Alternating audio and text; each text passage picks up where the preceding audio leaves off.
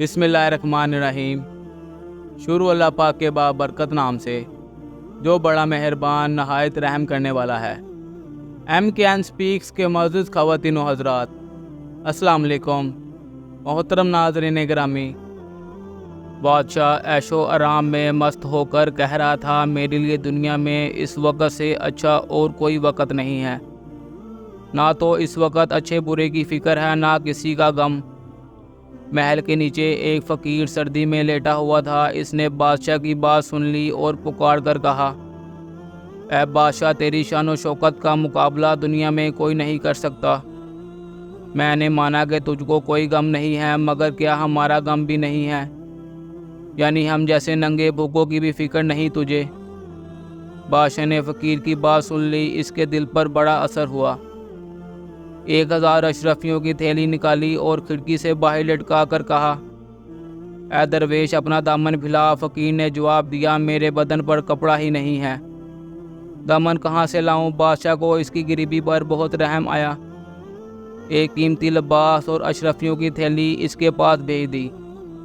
فقیر نے تھوڑے ہی دنوں میں اشرفیاں خرچ کر دی اور دوبارہ بادشاہ کے پاس آیا۔ نیک دل لوگوں کے ہاتھ میں دولت نہیں ٹھہرتی، جس طرح چھانی میں پانی نہیں ٹھہرتا، اور بے چین دل والوں کو صبر نہیں آتا ہے۔ بادشاہ کو اس فقیر کا خیال بھی نہیں رہا۔ جب لوگوں نے اس کے دوبارہ آنے کی اطلاع دی اور حال بتایا تو اس کو بہت غصہ آیا۔ سن کر منہ پھیر لیا۔ عقل مندوں نے کہا کہ بادشاہ کی سختی اور غصے سے بچنا چاہیے، کیونکہ اکثر ان کی توجہ سلطنت کے بڑے بڑے کاموں کی طرف ہوتی ہے، اس لیے عام لوگوں کی بھیڑ کو پسند نہیں کر سکتے۔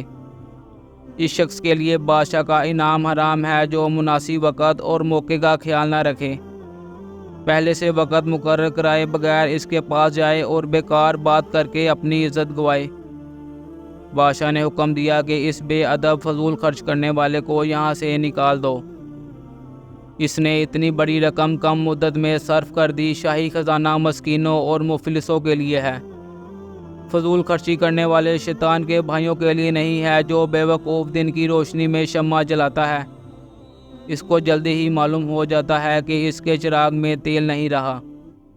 یعنی فضول خرچی کی وجہ سے مال جلد ختم ہو جاتا ہے اور اس وقت آدمی کو اپنی بے وقوفی پر ندامت ہوتی ہے۔ بادشاہ کے ایک وزیر نے کہا، بادشاہ سلامت، ایسے لوگوں کے گزارے کے واسطے تھوڑی رقم بطور وظائف مقرر کر دی جائے جو اس کو قسط کے طور پر دی جائے، تاکہ فضول خرچی نہ کر سکیں، لیکن ان کو ڈانٹ کر نکال دینے کا حکم دیا ہے۔ وہ آپ جیسے بلند ہمت بادشاہ کے لیے مناسب نہیں ہے۔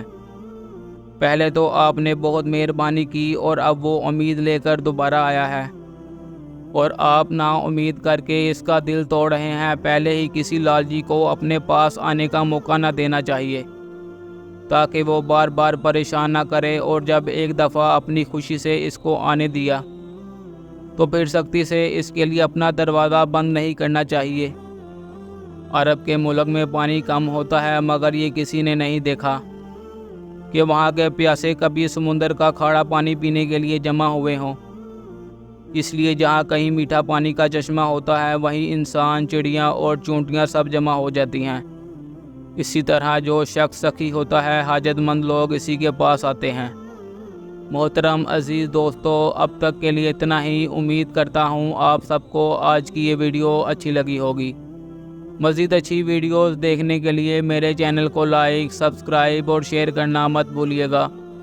اس کے ساتھ ہی اجازت چاہوں گا۔ اللہ حافظ۔